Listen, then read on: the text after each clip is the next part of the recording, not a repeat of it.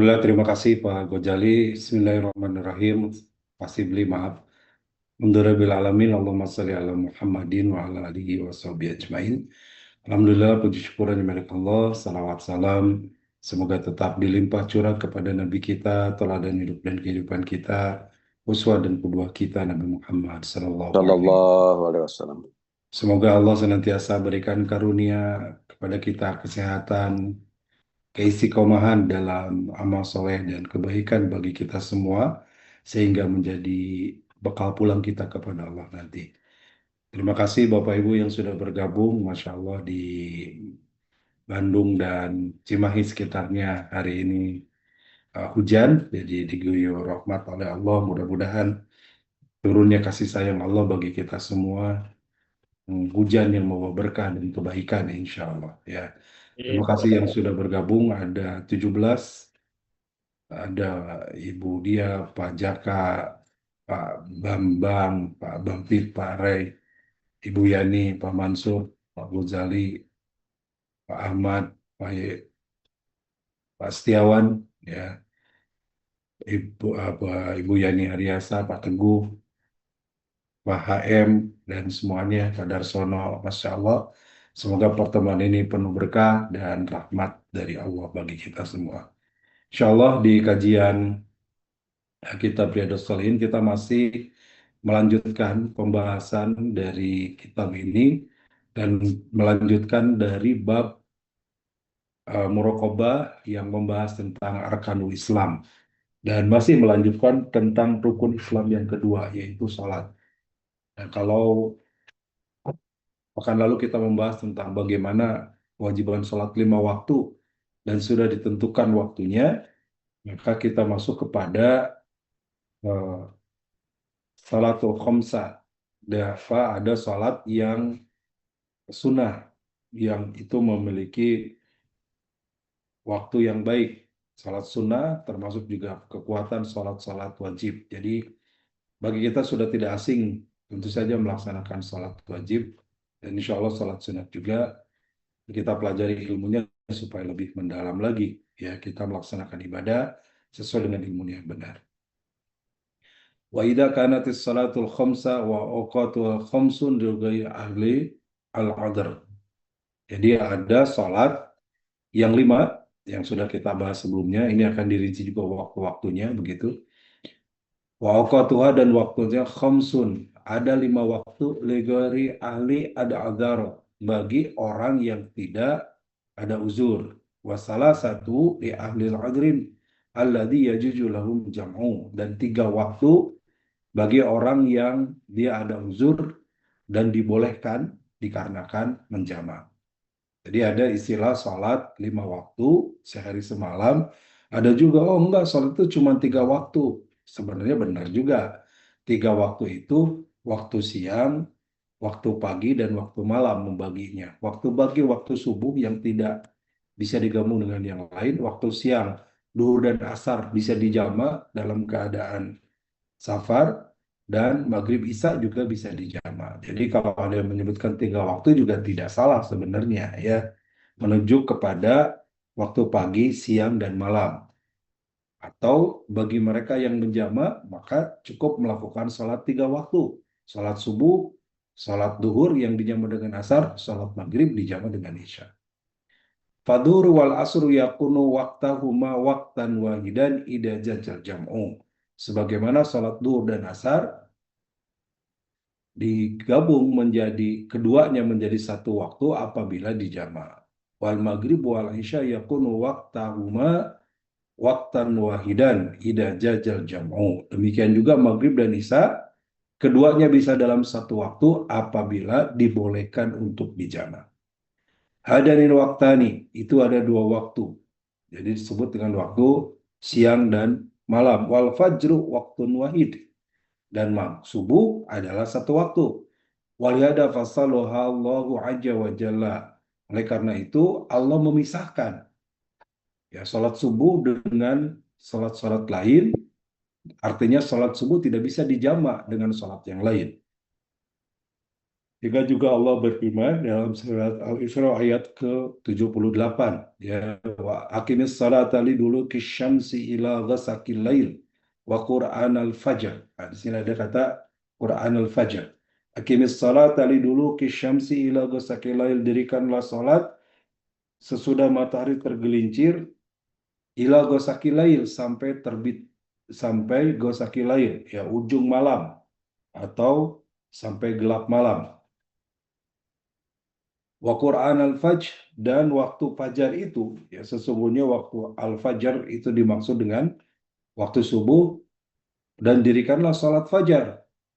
Jadi ini gosakil lail, dulu syamsi itu disebut siang, gosakil lail malam, kemudian Qur'an al-fajr waktu subuh. Inna Qur'an al-fajri kana masyhuda. Ada sambungannya, ya. Ini tidak dilanjutkan, nih sambungannya sedikit. Inna Qur'an al-fajri kana masyhuda, sesungguhnya waktu fajar itu waktu yang disaksikan. Ya, disebut ini kalimatnya dengan Quran, tapi yang dimaksud adalah sholat fajar, gitu ya, bacaan di waktu subuh. Karena masyhuda, waktu yang disaksikan oleh siapa? Disaksikan oleh para malaikat, ya, di mana waktu subuh itu malaikat turun menyaksikan dan mendoakan orang yang melaksanakan sholat di waktu subuh. Jadi berbahagia Bapak Ibu kalau kita di pagi hari seperti subuh barusan kita sholat ke masjid, kita sholat berjamaah, kita mendirikan sholat, ataupun mungkin ibu-ibu di rumah tepat waktu di waktu sujud, itu adalah waktu yang sangat utama disaksikan oleh para malaikat. Walam yakul lidulu kisyamsi ila tulu'il fajr, ya, dan Allah tidak berfirman di situ lidulu kisyamsi ila tulu'il fajr, sesudah matahari tergelincir sampai matahari tenggelam. Bal, akan tetapi qala, firmannya adalah ila ghasaqil lail, ya, sampai sampai gelap. Ghasaqil lail, sampai gelap pekat. Wa ghasaqil lail yakunu inda muntasafah, dan ghasaqil lail itu menunjuk kepada tengah malam, muntasafah.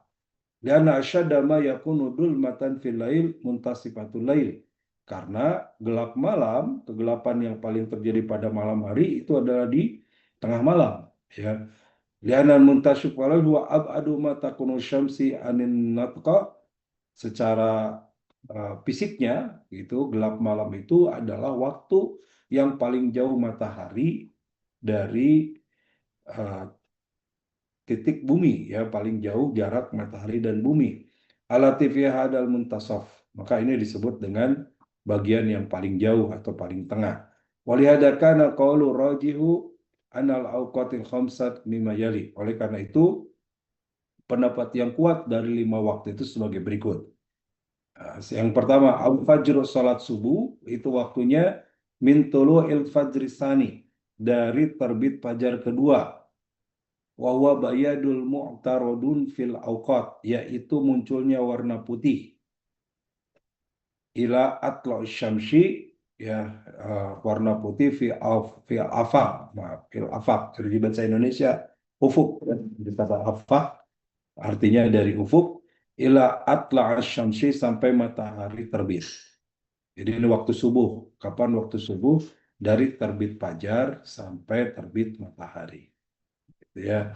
Jadi pendek waktu subuh itu, penghitungannya kalau sudah waktu syuruk tiba, ya habis waktu subuh itu, ya.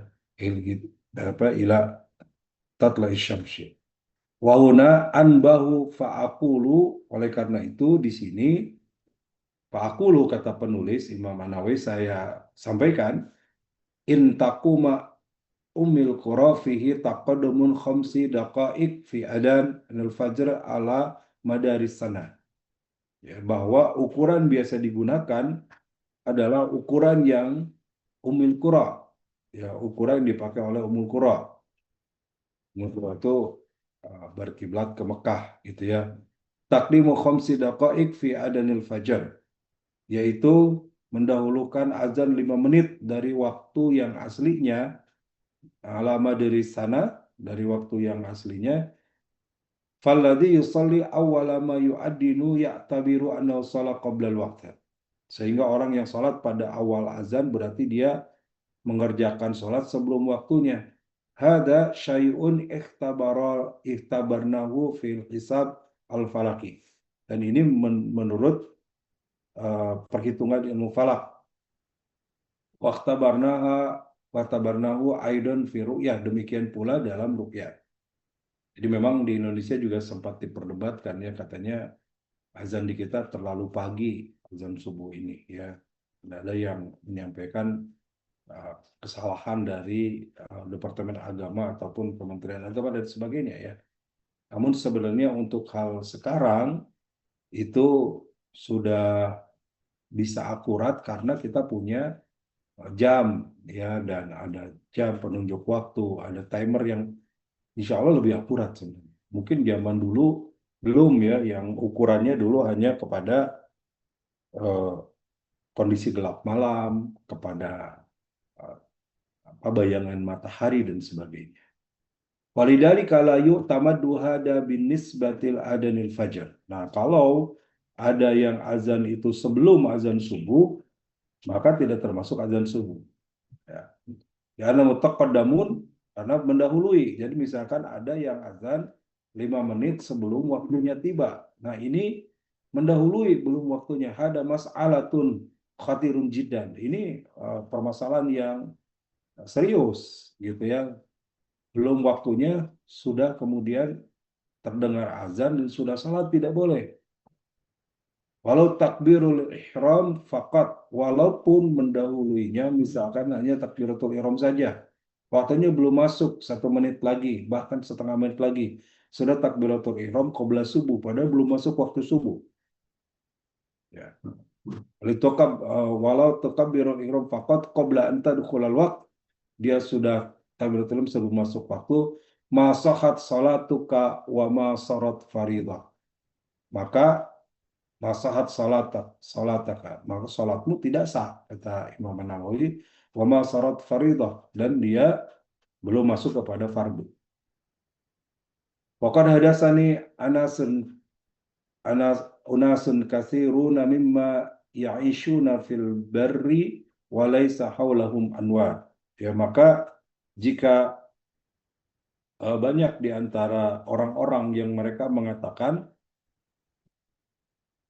kasirum mimman ya'ishuna fil barri wa laysa haulahum anwar, ya, melihat bahwa mereka sudah yang kasirum mimman ya'ishuna, orang-orang yang tinggal fil barri di darat, wa laysa haulahum anwar, dan tidak ada atau belum masuk kepadanya listrik, ya, anaum la yushahidun al-fajr illa ba'da hadat taqwim bi salasati sa'atin, ya, bahwa mereka itu kecuali sepertiga malam setelah azan itu dikumandangkan, ya, la yushahiduna fajar, mereka tidak melihat fajar illa ba'da taqwim bi salasati sa'ah, kecuali setelah menunggu di sulusi sa'ah, ya, pada sepertiga malam, ai ishruna daqiqa aw arba'a sa'atin ahyanan, atau bisa setelah 20 menit atau urbu, ya, rubu sa'ah,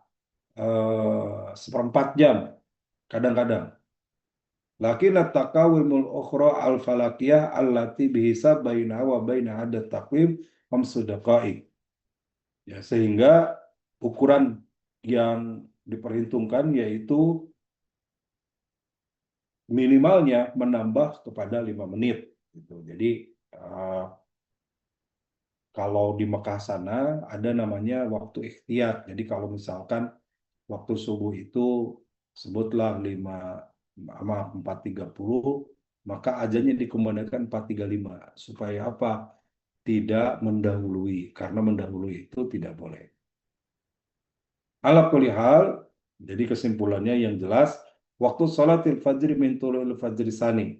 Waktu sholat fajar itu dari fajar yang kedua, wa huwa bayadul mu'tarid, yaitu sejak terbit fajar kedua atau mulai terbit fajar ila tulu'i syamsi, sampai terbenam matahari. Nah, kalau di kita mungkin agak jarang Bapak Ibu di Indonesia ya, walaupun ada, Nah, tapi uh, mungkin kalau Bapak yang pernah haji, pernah umroh gitu ya, ada azan awal ya di Masjid Nabawi ataupun Masjid Haram.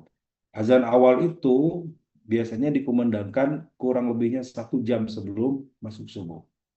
Nah, azan awal itu disebut dengan Tulu'il Fajr awal.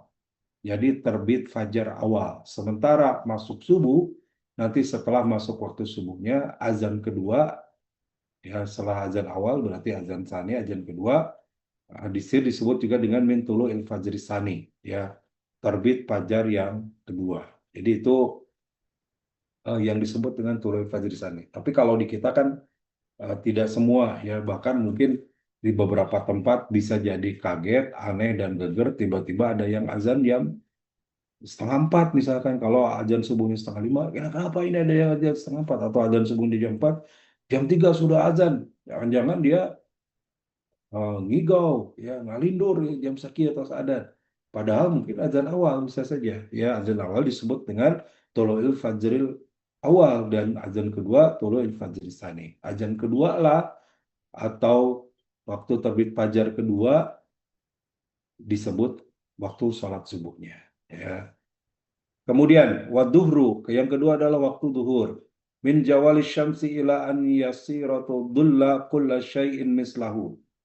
Ketika tergelincirnya matahari, ya zawali syamsi, ya, tergelincir matahari. Jadi orang misalkan melontar jumroh disebut dengan ba'da zawal. Zawal itu artinya tergelincir. Sudah tergelincir dari lurusannya matahari itu. Ila tasirodulla kulla syai'in mislahu. Sampai kepada segala sesuatu itu sama panjang dengan benda aslinya. Kalau kita memancangkan tongkat yang kita pancangkan panjangnya 0,5 meter, maka waktu matahari itu sedikit bayangannya condong sedikit, gitu ya. Artinya lebih condong, tergelincir sedikit, bayangannya itu sampai kemudian bayangannya itu sejajar. Artinya kalau tinggi itu 0,5 meter, maka bayangannya 0,5 meter, itu habis tuh waktu zuhur.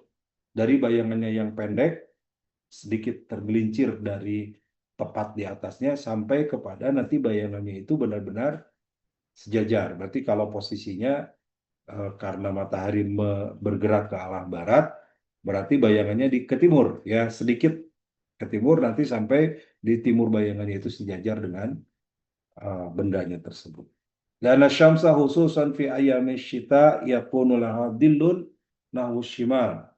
Nah, maka dikarenakan matahari itu condong karena matahari khususnya pada musim hujan, ya syita musim hujan atau musim dingin, ya yakunu laha dillun nahwu shimal, berada di shimal, di sebelah utara.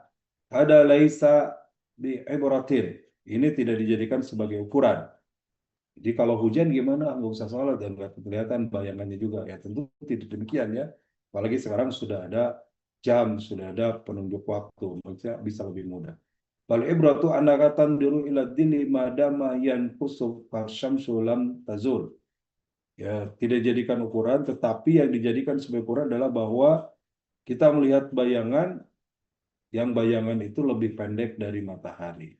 Syamsu lam tazul, lebih pendek dari bendanya tersebut, ya. Faida ba'ada yazidu adna ziyadatin fa inna syamsa pada zalat, ya, sehingga ketika matahari itu belum condong, dan jika kecondongan bertambah walaupun sedikit, dia telah condong, ya. Faj'al alamatan ala ibtida'i ziyadati, maka jadikanlah sebagai awal pertambahan bayangan, artinya sudah masuk waktunya.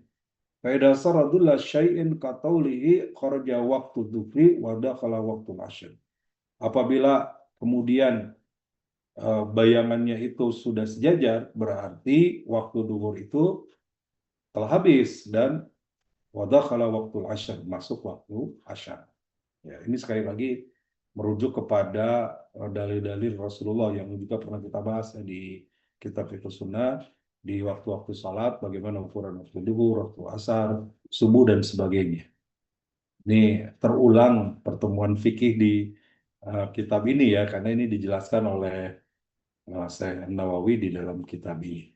Wal waktu asri ila antas faras syamsu wad daruratu ila gurubiha. Waktu asar adalah ila antas faras syamsi, ketika matahari, bayangan matahari itu lebih panjang, wad daruratu ila gurubiha, ya lebih panjang dari benda itu sampai gurubiha, sampai tenggelamnya. Tempat tenggelam disebut dengan gurub, atau kita menyebutnya barat. Ada maghrib, waktu barat.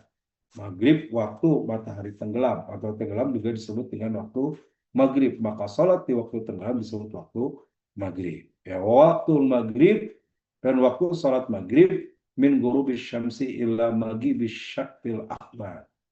Yaitu sejak terbenamnya matahari sampai kepada hilangnya maghrib, hilangnya goib gitu ya, maghrib syakfil ahmar, awan merah.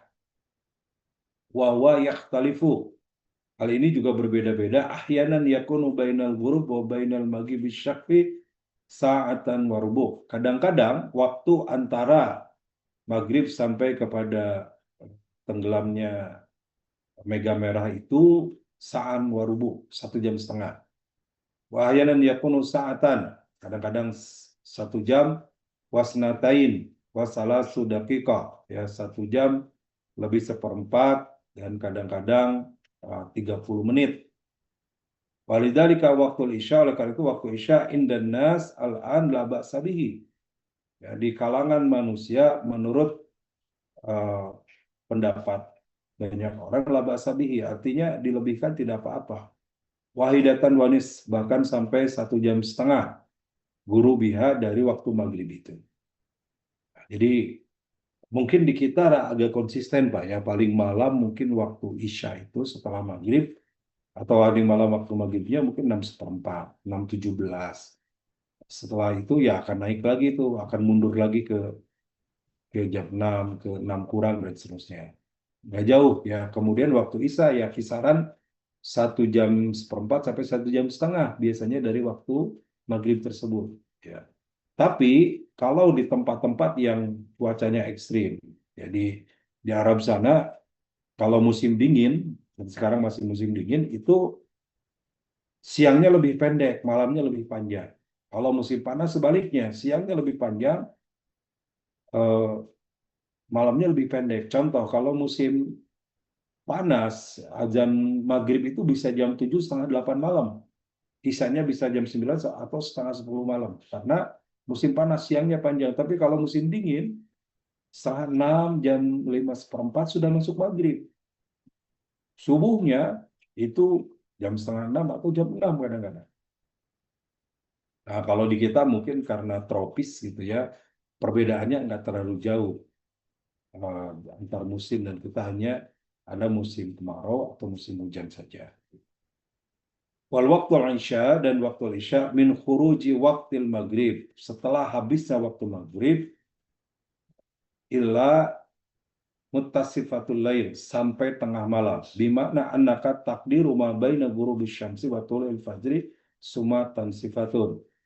Artinya maknanya bahwa sholat isya itu memiliki waktu yang lebih panjang, namun ada rentang waktu, gitu ya. Jadi tidak sampai fajar waktunya, tetapi sampai tengah malam. Panisfu muntah sholatul isya. Tengah malam itu maka sudah habis sholat isya. Watatarat-tabu ala hada faidatun azimah. Nah, tentu dalam hal ini ada banyak mengandung faidah. Atau kenapa kok Allah membagi waktu dan waktu-waktunya berbeda seperti itu? Nah, semuanya pasti ada hikmahnya, ada faedahnya. Lau tahuratil mar'u min hid fi thulusil akhir min al-lail falisa alaiha salatul isya wal maghrib liannaha tukhrat ba'dal waqt. Jika seorang perempuan min al-haid, dia bersih dari haid, suci dari haidnya, fi thulusil akhir min al-lail, pada sepertiga malam terakhir, falaisa alaiha salatul isya, maka dia tidak wajib sholat isya wal maghrib. Jadi misalkan Pak, Ibu ya bersihnya itu sudah sebelum subuh, sudah lewat tengah malam. Misalkan di solusi lain di sepertiga malam, itu udah bersih nih benar-benar. Nah, maka ibu tidak punya kewajiban sholat isya, apalagi sholat maghrib ya. Kenapa? Karena batas isya itu sampai tengah malam. Sementara sepertiga malam sudah lewat batas waktunya. Diana tahurat ba'dal waqt. Karena dia bersucinya setelah waktunya habis. Sucinya setelah waktu habis. Waqad sabata fi sahih Muslim hadis Abdullah bin Amr bin As. Rasulullah SAW telah menyampaikan dalam hadis riwayat Imam Muslim yang diterima dari sahabat Abdullah bin Amr bin As. Anna Nabi sallallahu alaihi wasallam al-qala, bahwa Nabi sallallahu alaihi wasallam bersabda, waktu isya illa nisful lail, waktu isya itu sampai setengah malam atau sampai pertengahan malam. Itu nomor satu, dikeluarkan Imam Muslim dalam kitab Masjid wa Madhihus Salat, ya waktu-waktu salat, bab auqatis salatil khamsah, dalam bab waktu salat yang 5, nomor 612. Walaysa an Rasulullah SAW hadisun yadulu ala anna waktul isya ya'tamidu ila tulu'il fajr abadan. Oleh karena itu dalam hadis tidak ada hadis yang menunjukkan bahwa waktu isya itu sampai terbit fajar. Ya, walihada fa inna qaulur raji ila nisful lail. Oleh karena itu pendapat yang kuat bahwa waktu isya itu sampai tengah malam saja. Jadi tidak seperti halnya duhur yang habis kalau sudah masuk asar, asar habis kalau sudah waktu maghrib, maghrib habis waktunya kalau sudah datang isya, tapi isya bukan datangnya subuh habisnya, tetapi setengah malam. Wal ayatul karimat tadulu ala hada, dan ayat Al-Quran menunjukkan hal ini. Lianna faslul fajra anil awqatil arba'ah. Dikarenakan dipisahkan waktu itu, ya, waktu fajar itu dari waktu-waktu yang lain. Aqimis salata liduluki syamsi, sebagaimana dalam surat Al-Isra ayat 78 tadi, ayat zawaluha, ya, liduluki syamsi artinya zawaluha, tergelincirnya, ila gosakil lail, sampai kepada gosakil lail, sampai kepada gelap malam. Gosakul lail itu maknanya tadi nisful lail. Jam Allah bainaha li anna laisa bainaha fasl. Allah menggabungkan di antara keduanya yang tidak ada pemisah. Pamin sa'atil khuruji dhuhri yadulul asar. Ya, bahwa waktu habisnya duhur adalah waktu asar. Pamin sa'atil khurujil asri, dan habisnya waktu asar yadkhulul maghrib, ketika masuk maghrib. Pamin sa'atil khurujil maghrib yadkhulul isya, dan habisnya maghrib ketika masuk isya. Amal fajru faqala, adapun fajar subuh Allah berfirman, war Qur'an al-fajri inna Qur'an al-fajri kana maf'uda. Dan waktu fajar, waktu dirikanlah salat subuh, karena salat subuh itu salat yang disaksikan. Fal fajru la tattasilu bis salatin la qabla wala ba'da. Oleh karena itu salat fajar tidak bersambung dengan salat sebelumnya atau setelahnya. Tidak tersambung dengan sholat isya, tidak tersambung juga dengan sholat zuhur, terpisah sendiri. Lianna baina wa baina dhuhri nisfun nahar, karena di antaranya dan di antara duhur itu nisfun nahar, setelah siang awal, wa baina sholatil isya nisful lailil akhir, dan di antaranya dengan sholat isya adalah setengah malam yang akhir.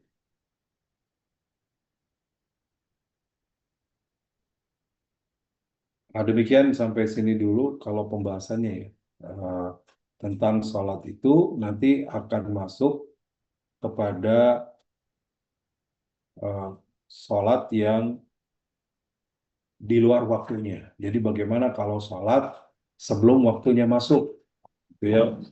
Di sini nanti agak panjang memang pembahasannya, satu pembahasan lagi tentang waktu sholat kalau kita mendahului sebelum waktunya. Ya tentu saja yang kita pahami tentu layuk balu hatta yadkhulul waqta, tidak diterima salatnya sampai waktunya juga sudah masuk.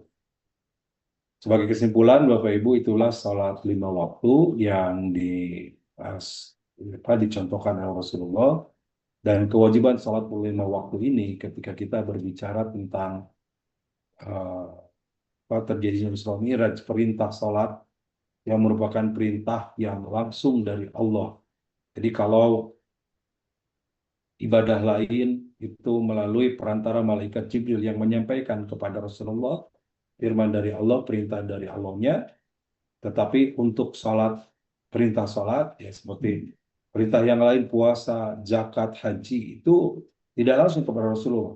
Ayatnya turun melalui perantara malaikat Jibril, tetapi salat langsung diterima oleh Rasulullah dan menjadi kewajiban bagi kita. Dan kewajiban kita bahas pekan lalu, hanya ada 5 waktu. Dan 5 waktu itu, sebagaimana di dalam Al-Quran Allah berfirman, kita mauquta, waktunya sudah ditentukan, dan waktu yang ditentukan itu berdasarkan Rasulullah yang memberikan rambu-rambu ketentuan waktunya.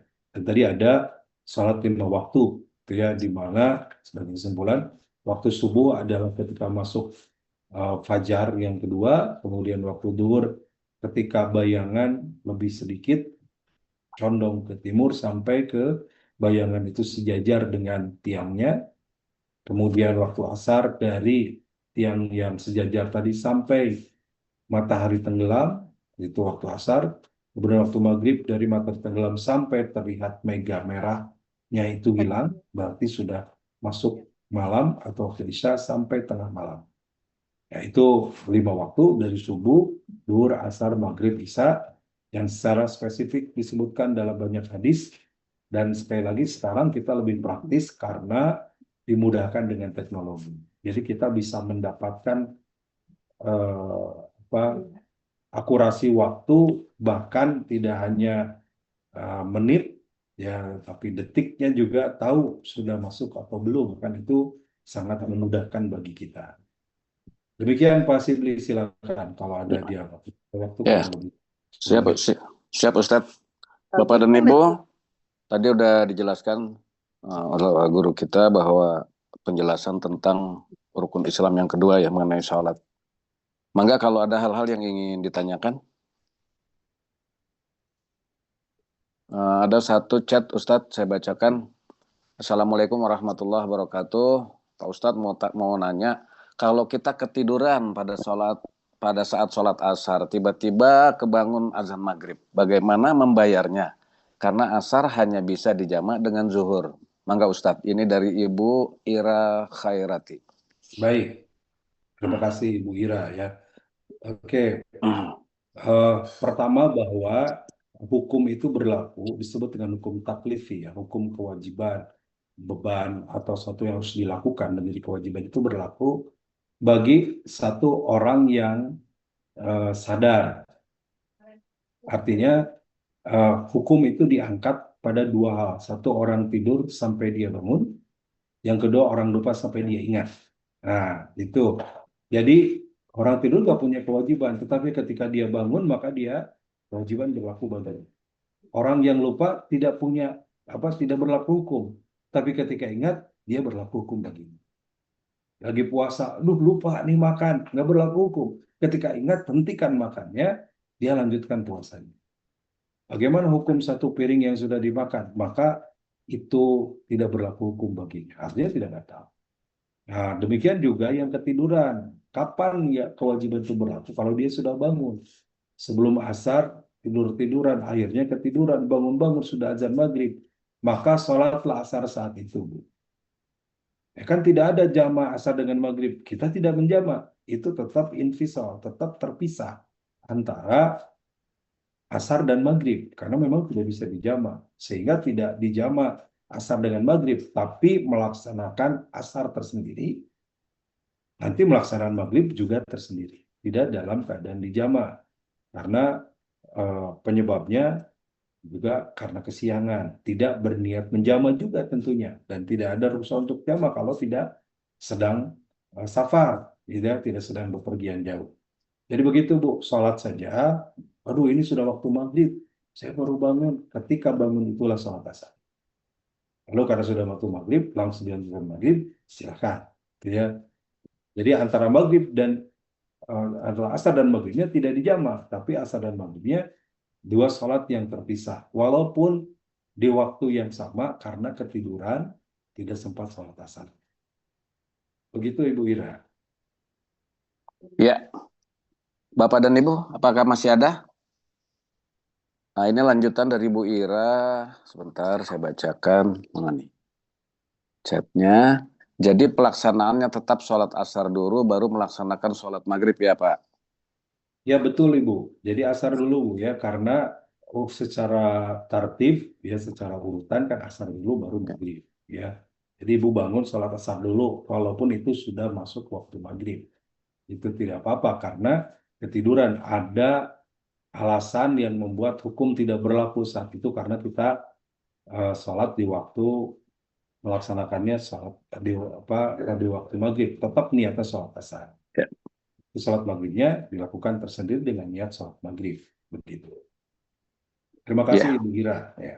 ya Bapak dan Ibu kalau masih ada, Assalamualaikum. Ustaz. mangga Pak Gojali. Waalaikumsalam warahmatullahi wabarakatuh. Silakan Pak.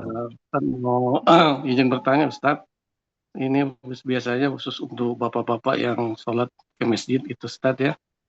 Misalnya zuhur, saya pernah mendapat kajian itu bahwa 3 menit sebelum zuhur itu katanya terlarang untuk sholat, termasuk maghrib gitu Ustaz. Apakah ini benar atau gimana Ustaz? Ini Ya, biasanya berlaku gitu untuk bapak-bapak misalnya ke masjid. Jadi kita jangan lagi sholat tahiyatul masjid kalau waktunya kurang dari 3 menit di zuhur dan di maghrib. Apa gimana itu Ustaz? baik Itu Pak. aja Ustaz. Assalamualaikum warahmatullahi wabarakatuh. Waalaikumsalam warahmatullahi wabarakatuh. Memang ada larangan memang sholat saat matahari tepat Pak berada di di atas. atas kepala kita. Ya, artinya itu memang belum masuk waktu sholatnya. Ya, berarti tidak boleh mendahului waktu sebelum tiba. Waktu duhur itu harus ba'da zawal, harus setelah zawalus syamsi tadi disebutkan waktunya. Matahari mulai tergelincir. Ya, kenapa dilarang? Karena belum masuk waktunya, ya. Dan itu disebut dengan saya lupa terjemahannya, kurang lebih waktu panas terik ketika matahari tepat di atas kita, dan itu memang waktu terlarang, ya. Tapi bagaimana kalau mau tahiyatul masjid? Ya itu terpisah, itu nawafil terpisah, silakan saja. Kalau masuk masjid kan bisa kapan saja waktunya, tidak ada larangan sepanjang kita masuk ke dalam masjid untuk menghormati masjid. Tapi belum boleh qobliyah, apalagi sholat zuhurnya, karena belum masuk. Kapan masuknya? Sudah tergelincir, artinya sudah bergeser sedikit dari waktu matahari tepat di atas kita. Itu berarti baru masuk zuhur. Nah, termasuk bagaimana qobla maghrib. Maaf, sebelum maghrib juga sama, gitu ya. Nah, kalau sebelum maghrib kita tahu ada waktu yang terlarang, sebagaimana ba'da asar dan ba'da subuh. Itu waktu terlarang. Dan subuh terlarang kita salat sunat sampai kemudian masuk waktu syuruk nanti. Ba'da maghrib, maaf, ba'da asar terlarang sampai masuk waktu maghrib. Berarti sebelum maghrib waktunya terlarang sampai masuk waktu maghribnya.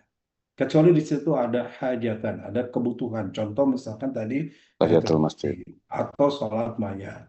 Boleh nggak sholat mayat pada asar? Boleh, ya. Dan itu tidak tertib dengan sholat asarnya, tapi itu terpisah. Jadi boleh, boleh silakan gitu.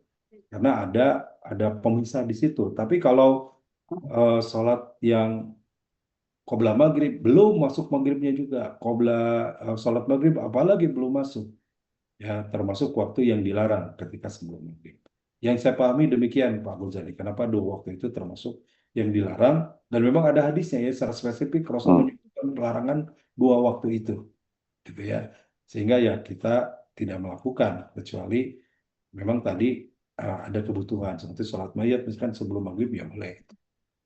Begitu Pak Sibli. Ya, Ustaz. Masih ada Bapak dan Ibu? Kalau nggak ada dari saya mungkin Ustaz. Jadi Ustaz penegasan Ustaz, jadi yang terlarang tadi tidak ada Ustaz ya. Jadi kita tetap bisa melaksanakan tahiyatul masjid Ustaz ya sebelum zuhur dan maghrib gitu ya. Mari Yang tidak boleh itu sholat zuhurnya ya. Ya betul Pak. Kalau sholat tahiyatul masjid boleh. Tahiyatul masjid atau sholat mayat misalkan boleh. Ya, silakan Pak Sibli. Ya, Ustadz, satu dari saya, ini mungkin dalam periode sebelumnya Ustadz sudah jelaskan, tapi saya mungkin Pak ya Ustadz ya, saya tanya lagi nih, mohon maaf, karena mungkin bahasannya udah yang lalu. Masih ada yang mengganjal di saya pada saat kita melaksanakan sholat safar, yaitu jamak qashar. Apabila kita dalam perjalanan pulang, kita yang tidak boleh mengqashar itu bagaimana pada saat kita sampai di rumah. Udah sampai di rumah, misalnya asar, maghrib dengan isya. Ya. Jadi kewajiban qasharnya sih boleh kan, wajib maghrib dan isya. Tapi waktunya kita udah sampai di rumah. Nah, kadang-kadang saya berpikiran, dari sebelum saya sampai di rumah, ada masjid masih di daerah Cimahi. Saya mampir dulu, boleh nggak seperti itu? Gitu. Baik. Saya kira itu pertanyaannya, Ustadz. Baik, ya. Jadi supaya tetap dapat jamak, bisa dikosor sebelum nyampe, maka sholat walaupun sudah dekat dari tempat tinggal. Ya. Maka itu boleh Pak, karena kita belum sampai ke tujuan. Contoh lah, kita Pulang ke rumah. LPH, belum sampai ke LPH, mampirlah di Masjid Raya Cihanjuang di situ, di Nur Inka gitu misalkan. Ikut sholat jamak maghrib qashar di situ, sekaligus jamaah aja dengan isya, karena belum sampai tujuan. Boleh Pak? Oh, boleh Pak ya, kecuali Boleh, kalau memang karena belum betul-betul sampai di tujuan. kecuali Tapi kalau sudah betul-betul sampai di ke rumah ya, LPH, Tat, ya. sudah sampai tujuan, maka sudah tidak dijamah lagi. Itu. Ya, saya kira udah cocok Ustadz. Makasih Ustadz penjelasannya. Bapak dan Ibu kalau masih ada? Kalau tidak ada cukup ya, rasanya nggak ada. Ya. Baik, terima kasih Bapak Ibu. Semoga ada manfaatnya. Insya Allah kita sambung pekan depan. Terima kasih ada 20 partisipan yang bergabung. Semoga jadi amal soleh bagi kita semua. Bekal pulang kita, pemberat amal kebaikan kita juga mudah-mudahan bisa kita amalkan senantiasa dalam kehidupan kita. Salat adalah amal terpenting, amal utama dalam hidup kita, maka sebisa mungkin tidak boleh kita tinggalkan. Ya, sekuat tenaga, jangan sampai kita tinggalkan sepanjang hayat kita apapun kondisinya. Terima kasih dan mohon maaf, saya kembalikan kepada Pak Sibli. Assalamualaikum warahmatullahi wabarakatuh. Waalaikumsalam warahmatullahi wabarakatuh.